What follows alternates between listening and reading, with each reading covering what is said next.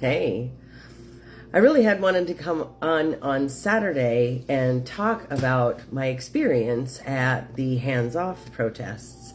But in all honesty, by the time I got home, my body was in shutdown mode and there was really nothing I could do about it. I'm still actually recovering, even though it's Monday. But in all honesty, I expected that. I knew the price I would have to pay, and I feel like, for me, democracy is worth it. So it was a price I was willing to pay in order to go and be present. And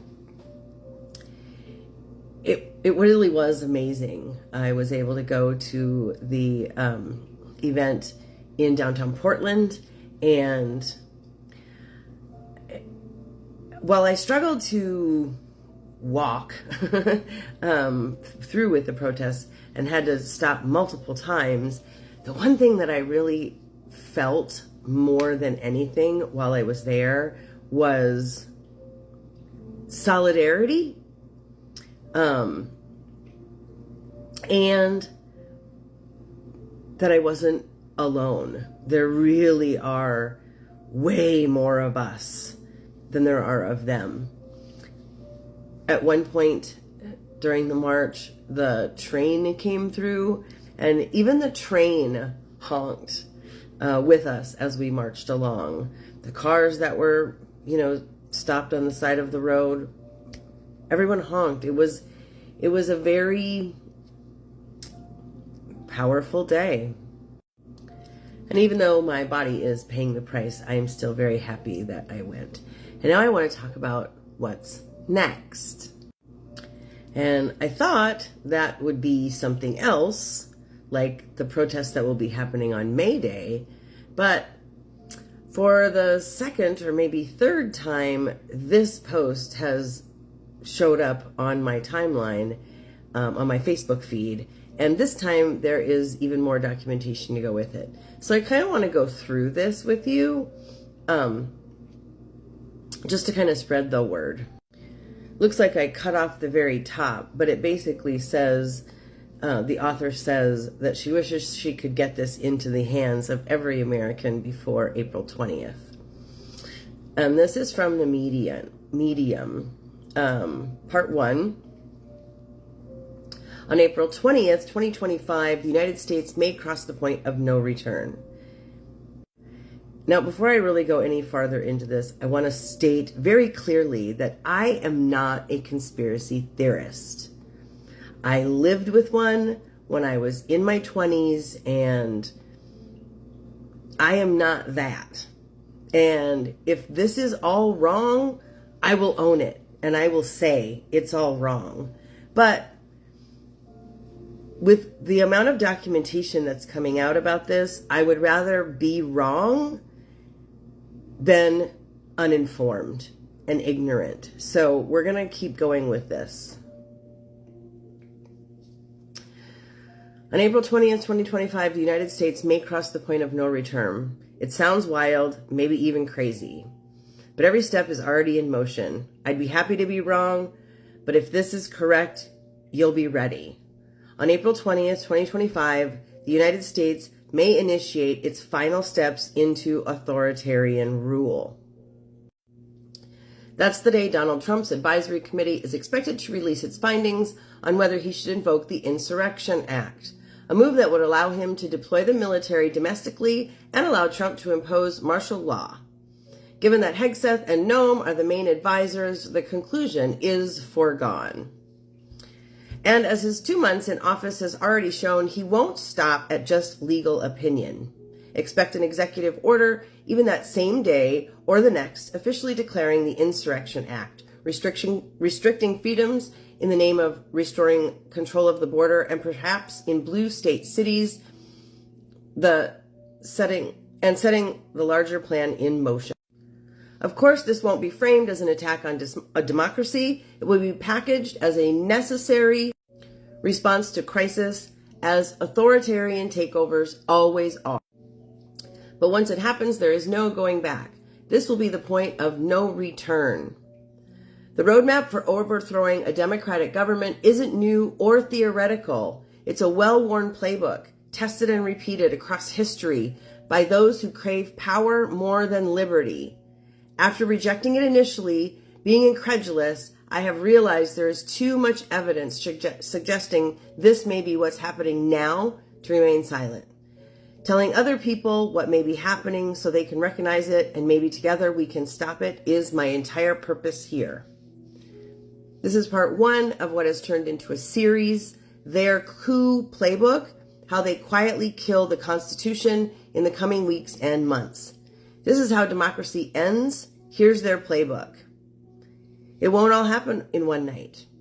Instead, the process will unfold in stages, each step making resistance harder. Free elections, a free press, and the right to protest will disappear one piece at a time until there's nothing left to save. We're already seeing this. My entire goal here is to make people aware so you can recognize it. If it really is what's happening, and maybe together we can help stop it. It's all I personally can do. Here's how it will happen, step by step, after Trump invokes the Insurrection Act with an executive order. Number 1, resist. Demonstrations grow just as planned. Left-leaning and even more centrist people will be alarmed. Peaceful protests will be organized nationwide, just like Saturday, as they already have been being organized now, with growing numbers of people joining protests each week. The calls to resist will grow louder, and large-scale demonstrations will begin forming in major cities, like the 5 million people that showed up on Saturday. This is actually exactly what Trump wants. He didn't invoke the Insurrection Act sooner because he needed his opposition to gather first. That's us. So he could use them as a tool for his next step. He also waited 90 days instead of invoking it on day 1 as Project 2025 recommended. So he would have his people in place and remove those who would oppose them in the government, military courts, and civil positions. His cabal is waiting for a strong reaction. They want massive unrest. They need a justification to kick off the next steps in their plan. Step number 2, the false flag crisis, turning protests into terror. The protests will turn violent quickly. Maybe in a day, maybe during the next big protest the following weekend. They will turn violent not because of the protesters, but because they have been infiltrated by agent provocateurs from militia groups like the Proud Boys, whose goal is to escalate as quickly as possible and give Trump and his cabal an excuse to trigger the next stage. Expect terrorist bombings, targeted assassinations, or high-profile acts of violence, either staged or exploited, just like when he faked his own shooting in Pennsylvania, and to justify the crackdown. There may even be an extremely high-profile assassination of a leading right-wing leader that changes everything in a moment, and the woke radicals will be blamed, and the country will rally around more extreme measures to bring back order and control. The media will be flooded with images of chaos, pushing the public into a state of fear. Calls for order will follow. Step 3, Trump declares expanded martial law and calls for militia to assist the police and military. Trump has already invoked the Insurrection Act, so now he declares even more extensive and repressive martial law and orders troops into major U.S. cities where most people oppose him, branding protesters and opponents as seditionists, traitors, and the woke mob. He will call on good Americans to grab their guns like the patriots of 1776 and join the militias forming to restore order and take back control from the leftist threat. Using militias also gets him around the resistance from military leaders who might oppose his orders. These militias already exist, the Proud Boys, Oath Keepers, 3%ers, and others, and they are not some distant fringe. They were at January 6th. The most extreme and radicalized are all released from prison now, and they are ready to roll and to answer Trump's call, which they were waiting for 4 years ago. I'm going to pause this right here and make a part 2. This video is part 2 of what I was talking about in what's next in Trumpster Fire 2.0 and what happens if he invokes the Insurrection Act on April 20th. I've been reading through this Notice that's come across my Facebook feed on multiple occasions, and this time it actually includes more proof that we're going to get into as soon as we are done reading this. I left off here with point number 3 about Trump declares expanded martial law and calls for militia to assist the police and military. He's already invoked the Insurrection Act, so now he declares even more extensive and repressive martial law and orders troops into major U.S. cities where most oppose him, branding protesters and opponents as seditionists, traitors, and the woke mob. He will call on good Americans to grab their guns like the patriots of 1776 and join the militias, forming to restore order and take back control from the leftist threat. Using militias also gets him around the resistance from military leaders who might oppose his orders. These militias already exist. The Proud Boys, Oath Keepers, the Three Percenters, and others. And they are not some distant fringe. They were at January 6th. The most extreme and radicalized are all released from prison now. They are ready to roll and to answer Trump's call, which they were waiting for 4 years ago. Remember when he said, "Stand back and stand by"? They were waiting, and now the call is coming. Militia members are your neighbors. The difference between them and you? These neighbors own and have been training with AR-15s. You and your friends? Not so much. This will be framed as helping the police and keeping order. Law enforcement will quietly welcome them, or in some cases will deputize them with Trump's support. Number 4, mass arrests of opposition leaders, journalists, Democratic officials, and activists will be arrested under charges of sedition, terrorism, or inciting violence. Expect Mark Milley, Liz Cheney, and Adam Kinzinger to be arrested quickly and with great press coverage. How long the show trials take is probably a good measure of how much control Trump has established over the courts. Key Democratic governors and attorneys general will be removed first, ensuring no state-level resistance. Law enforcement and military ranks will be purged, with loyalty tests ensuring only Trump-aligned officers remain.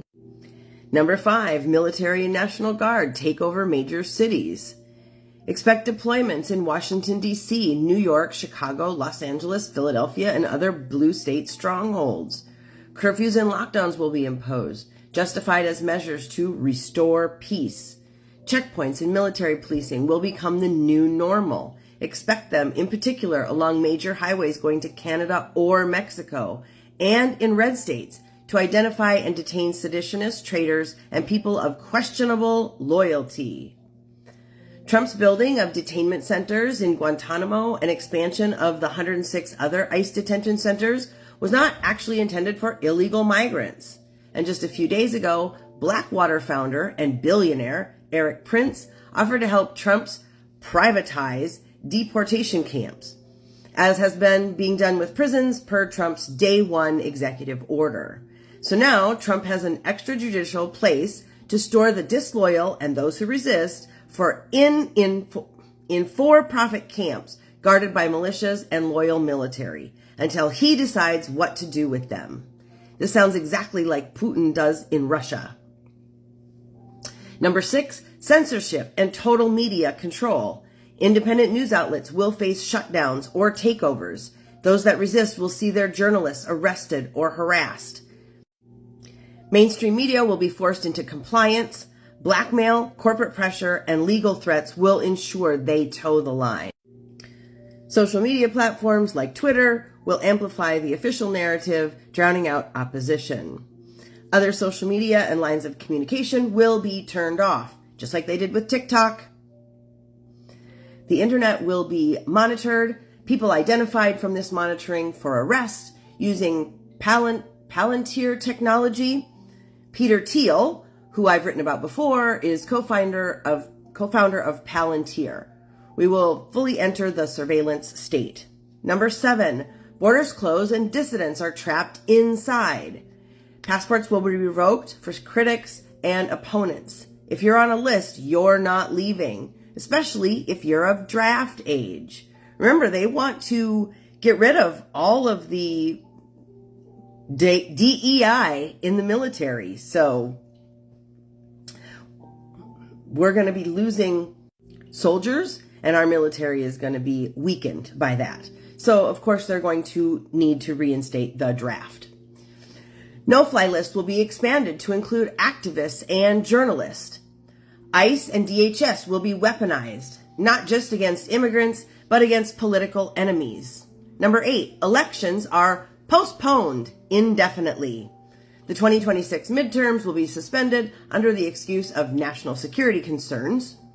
Red state legislatures will eliminate Democratic-leaning districts, ensuring permanent Republican control because they know they can't win legitimately without voter suppression.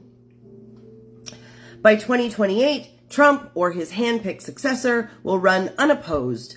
Elections will be a formality, probably still held, but rigged, just like in Russia and Putin's elections. He's following a playbook, and that playbook is right here, Project 2025 and the Insurrection Act. This was always their plan.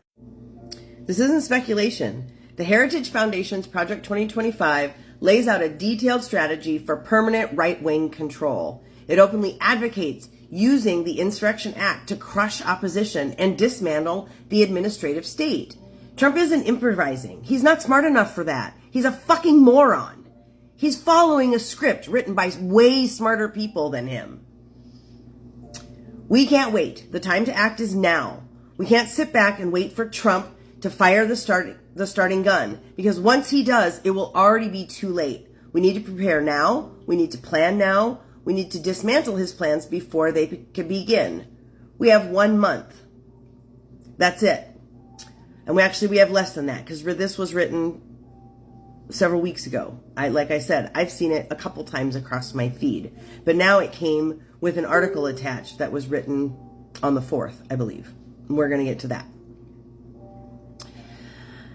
The only way to stop this coup is by exposing it. The only way I can think of to stop this conspiracy, which is in final planning stages, is through exposure. If people see the playbook in advance, they will be less likely to be manipulated when it happens. They might question the narrative. Like, wait, this is what they said would happen. I thought it was crazy, but just maybe. The thing is, we need to spread this narrative far and wide so that when the moment comes, no one can claim ignorance. Maybe we will be proven wrong. Maybe we will all look silly. Or maybe we will have derailed the plan by telling people what to look for, to recognize the playbook steps as they happen. Here's what we must do before April 20th. Empower the press, law enforcement, military, and elected officials to recognize the game that's being played.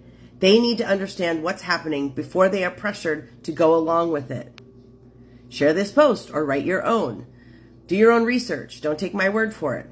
Talk with your friends and family about this crazy conspiracy theory that can't really happen, can it?